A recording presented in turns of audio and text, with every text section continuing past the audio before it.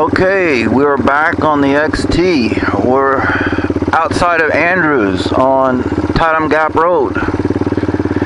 This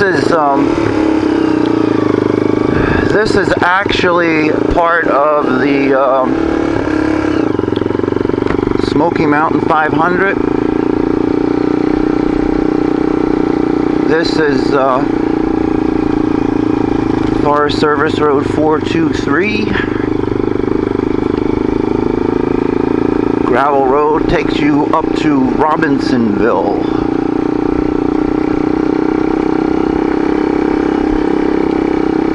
This is actually pretty close to where I live, so I thought it'd be a good Friday morning ride.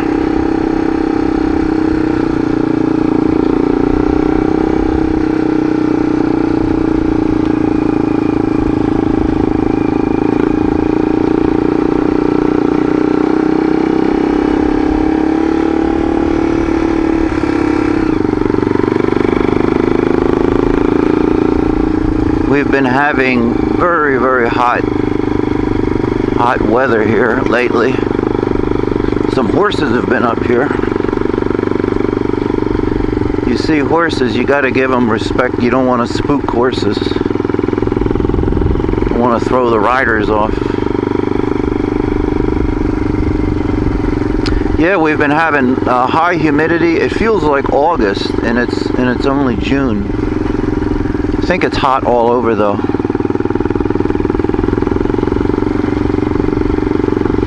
But the nice thing about these Forest Service roads is that they usually have a canopy of trees, so you're not riding in the sun.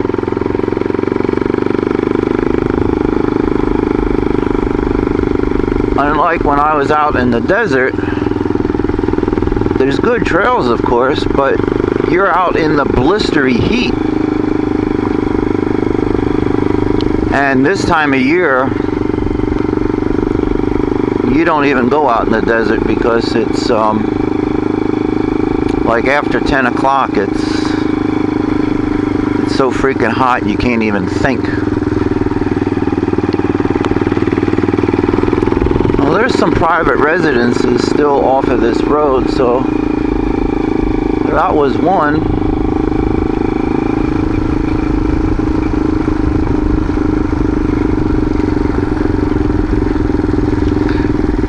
Now I don't go too crazy on these roads. If you've seen my other videos, you know I just poke along. Especially there's a lot of blind curves and a lot of riders, you know, they race on these roads, or let's say that they travel at a race pace, and they ride like it's a one-way street. So unfortunately, sometimes your luck runs out, and that's when you can become, you know, an F-150 hood ornament, which will ruin your day pretty quick. So whenever I go riding, I'm never in a big hurry.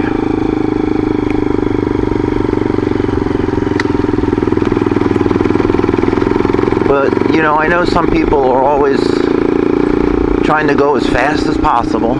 It's just not how I go. We haven't had much rain, so I'm not anticipating dust. Well, I'm not anticipating muddy conditions. It might be dusty, but there's not a lot of traffic on this road. This is all just loose gravel. So a lot of this gravel is sometimes it feels like you're riding on marbles. You just don't have a whole lot of traction, so you got to take it easy. I always say, you know, I want to come back and not bust up the day or bust up me, so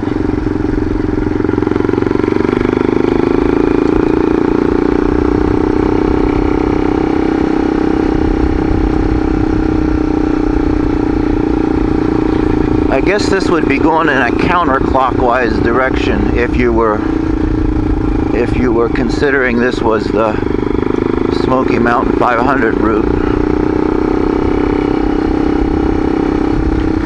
This is like on your way to Tennessee, Tellico. Suchess is behind me. Lake Nottahala is behind me.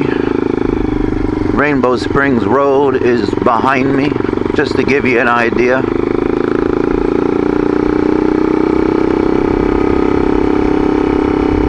This is sort of like a Rainbow Springs Road, but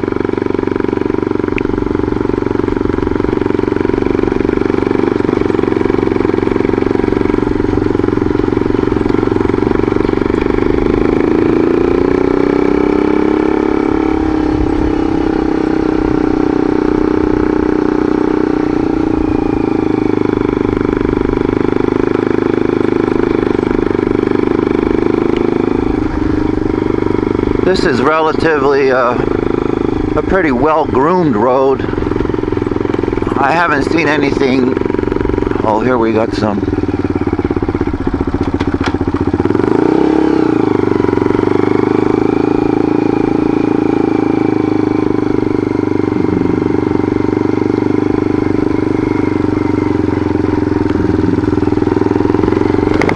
How you doing?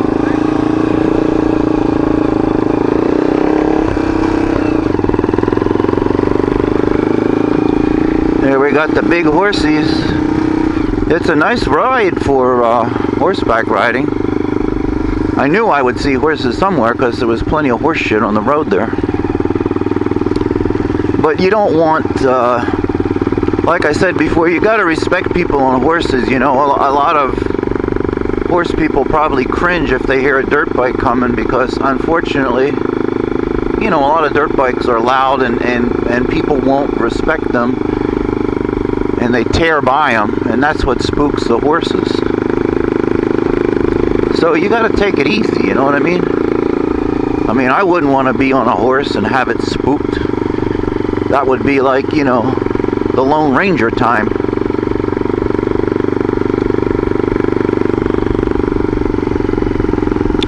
This is a really pretty mountain ride. There's a lot of rhododendron. Typical Appalachian mountain here.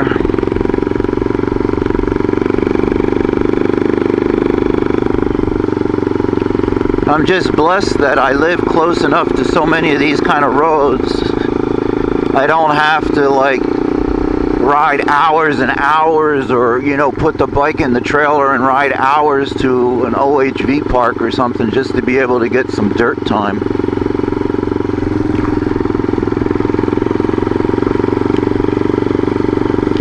Now I understand a lot of people that, a lot of dirt bike guys are not really in the Forest Service roads because, you know, they're not technical usually. So you don't have to be a trials rider or an ex-motocross champ to do this kind of stuff. But these are excellent roads if you're just getting into dual sport, if you're just learning to ride off-road. You owe it to yourself to check out these kind of roads.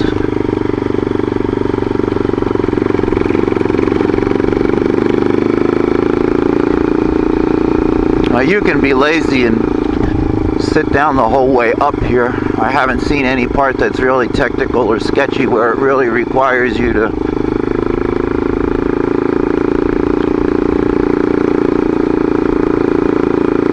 stand on the pegs or anything.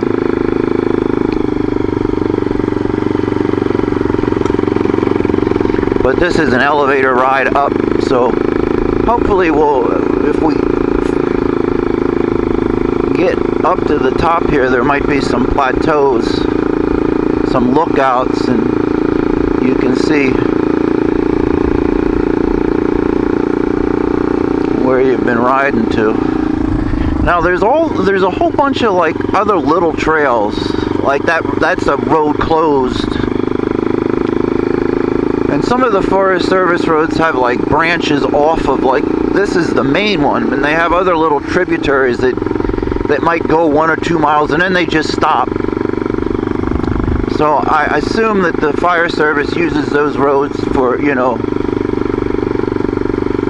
firefighting whenever that happens.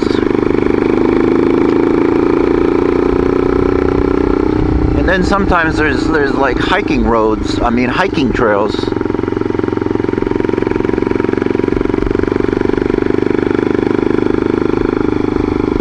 I don't normally, if I'm not familiar with the trail, chances are the hiking trail is for hiking only. And I don't usually turn it into a single track unless it's a well-known, unless I see people on it, but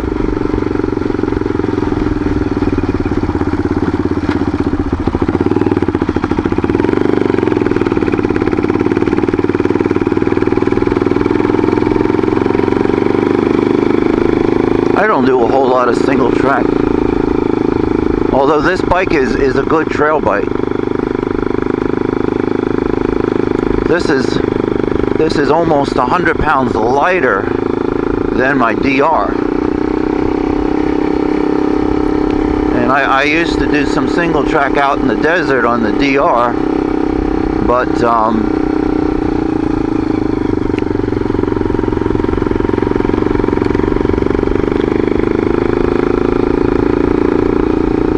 to me, a lighter bike is a little bit more fun to maneuver around, and it doesn't beat you up. I take my hat off to, I watch some videos of guys using these big adventure bikes like V-Stroms 1000s and, you know, BMW 1200s, all these big adventure bikes. Like 600 pounds, and then they got all these metal panniers, so if you load all that up with your camp gear, you got a bike that's like 650 pounds, 700 pounds. You put that bitch down, you don't want to be picking it up, trust me.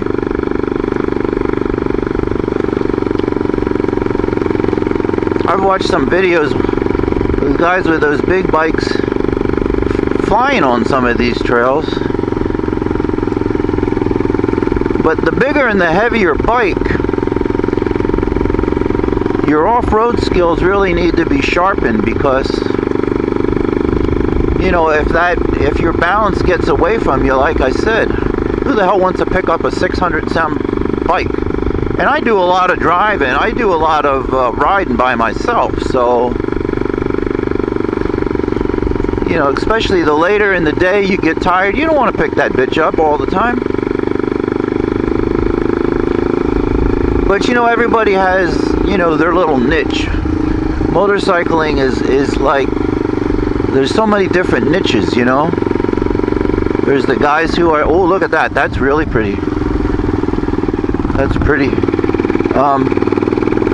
You know, you got the crotch rocket crowd, the sport bike crowd that like to drag a knee or pretend to drag a knee. You got us dual sporters. Then you got the hardcore motocross guys. That to them, dual sport bikes are not even, you know, they're not gnarly enough.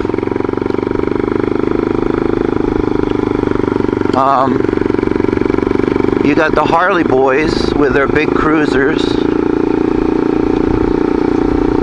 You got the cafe racer crowd. I made a couple cafe racers. I had some old KZs and some old Honda CBs turned into cafe bikes. I like cafe bikes. But I've gotten away from most street riding, and that's why I'm pretty much, I put my street bike on the market.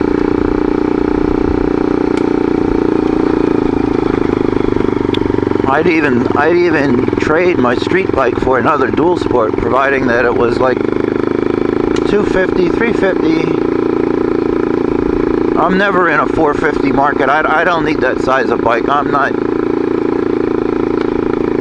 not really power hungry.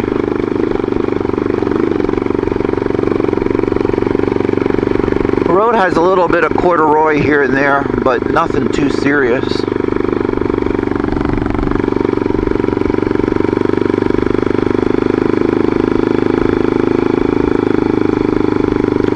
So far that I only saw one private residence.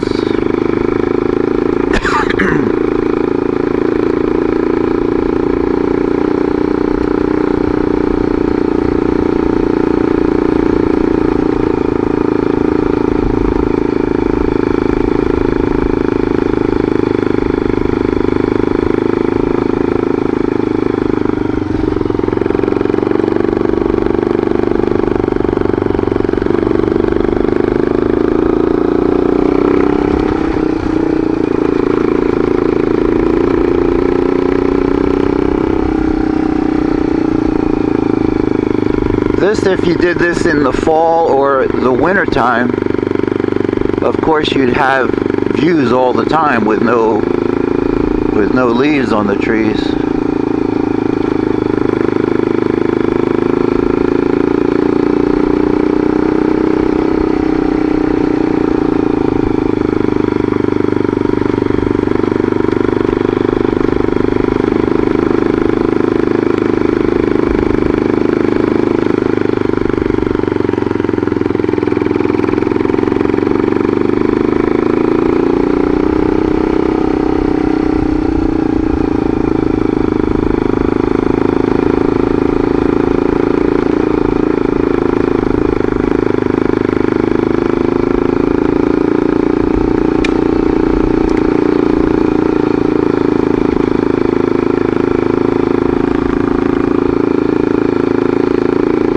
I don't know what the altitude is. I don't have my GPS with me that gives me altitude. I'm gonna guess probably 4,000 something at the summit up here. I don't know. I don't think it's as high as Way a Gap or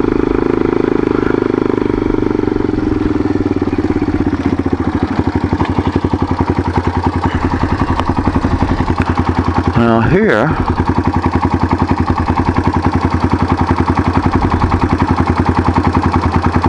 I don't really know.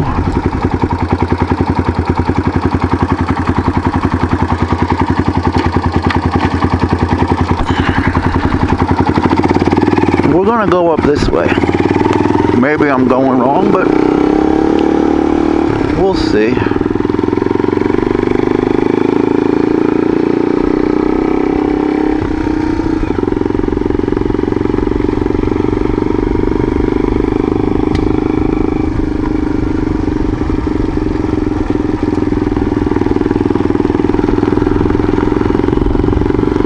Sometimes these roads are marked fairly well and sometimes they're not.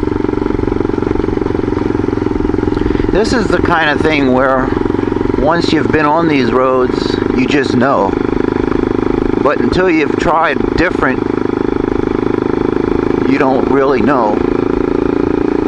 Now that Y back there looked like it was, like this looked like a pretty major way to go, and the other way looked like a pretty major way to go. So sometimes you meet another road and, you know, it's much smaller, it doesn't look well traveled, but I see a lot of tire tracks on this road.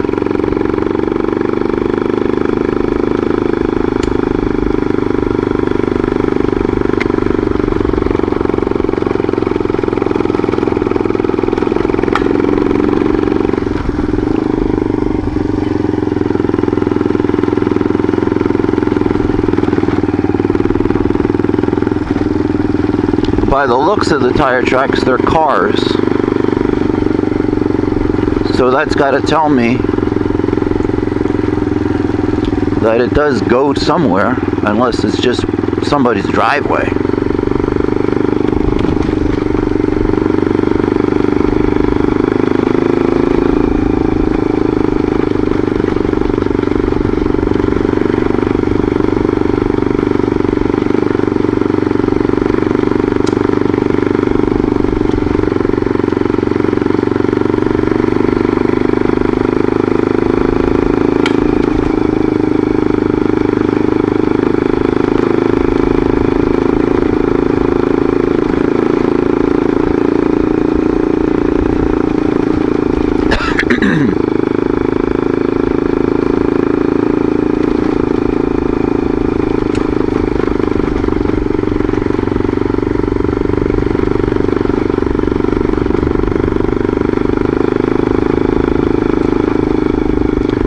lot of the road looks damp in certain sections.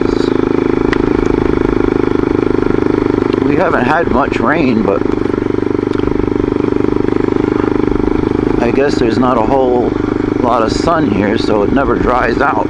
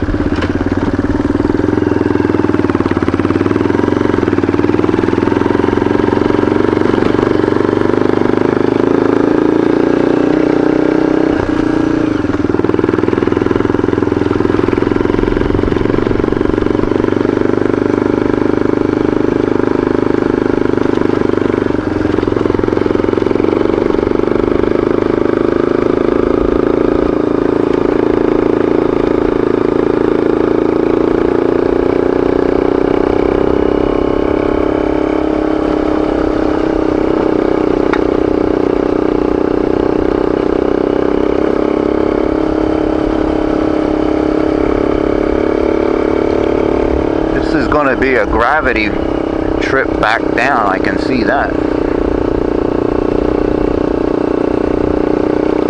Unless you take it all the way up to Robinsonville and then come down 129.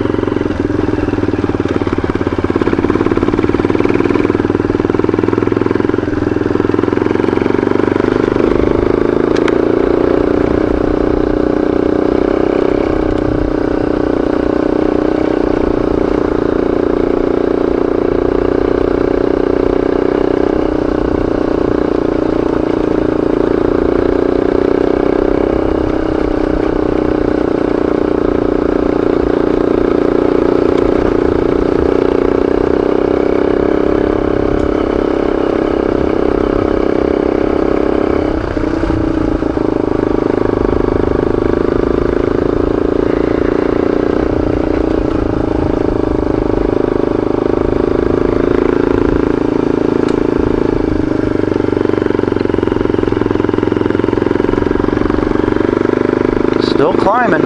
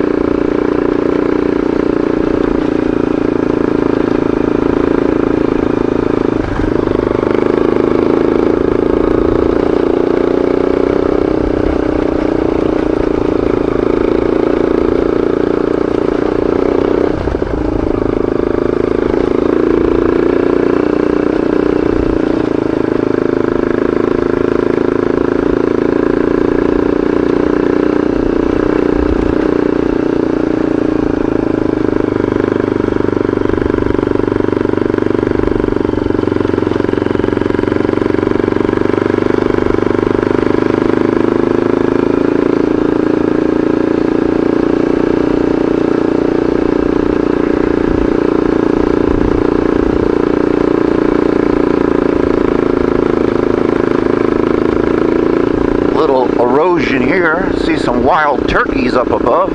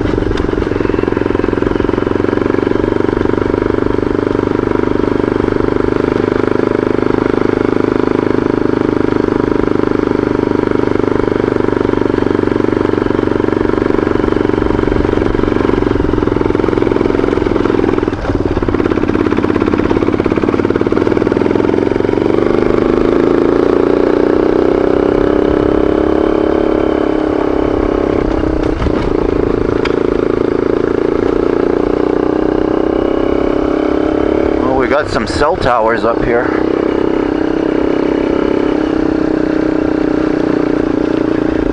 Years ago, I used to have to find these cell towers to switch out electric meters.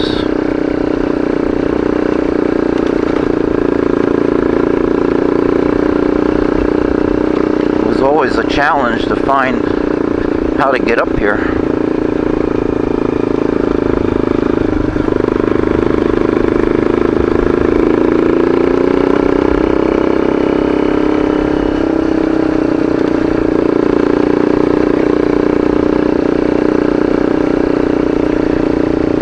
When you have good eyesight of the trail ahead of you, I ride on any side I want, but in the corners,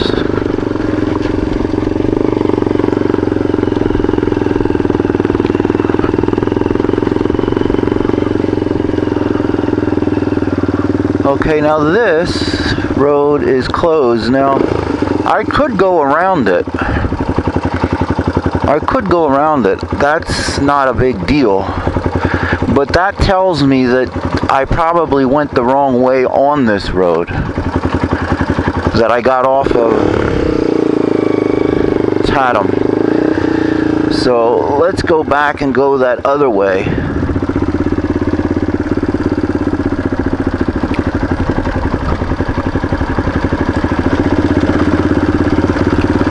Because I know the route to, I think it's called some kind of creek road, or 1110, the road that actually goes up into Robinsonville, is open. So since they closed this road, that tells me that I should have gone straight back there. Now sometimes these other roads, like what we're on here, are just like auxiliary service roads, and they don't come out. Well, I would rather, that's a really pretty flaming azalea. I would rather go back and stay on the other road. At least I know where this goes. I know not to bother with it for future rides.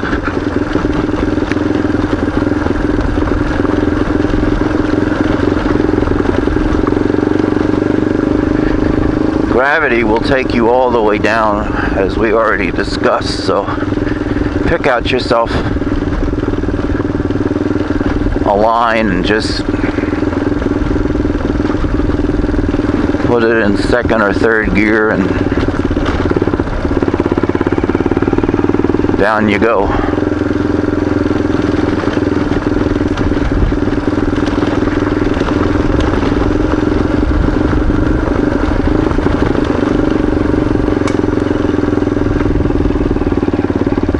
Those are really pretty flaming azaleas.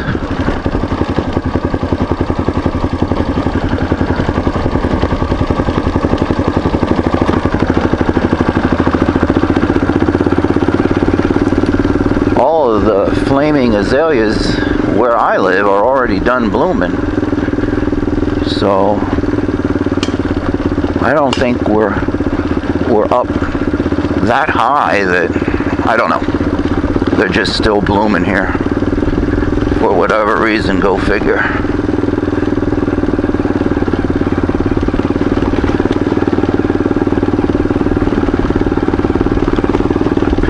See, this is what trail exploring is all about, you know?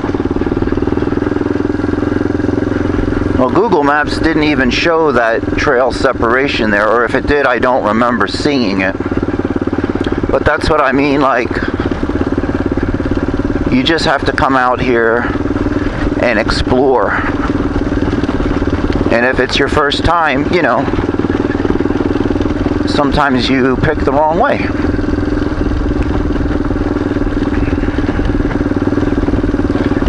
But, you know, on a bike, it's not a problem. Some of these roads are really narrow, and it would be it would be a hassle to turn around even in a Jeep. But this road, from what I've already seen so far, is pretty Jeep friendly.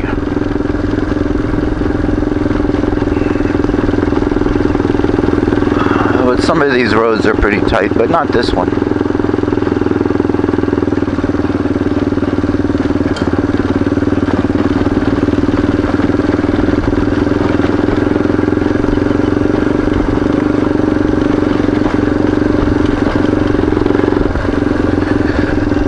You could be out of gas and come down on this road.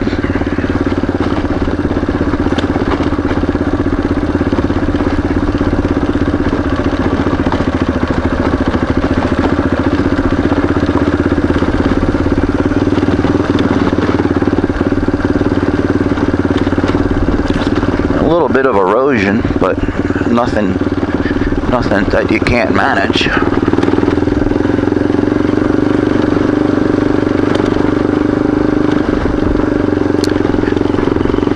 I watched a video the other day of these guys going out, sort of carving their own trails under some power lines. And usually the power lines do have sort of like a service road for the power companies to service those lines. I'll make a long story short, these guys really got in over their head. And they had some major, some major problems on the trail, falling over, and they had some really gnarly steep descents where the trail was all like really gouged out, you know, deep ruts.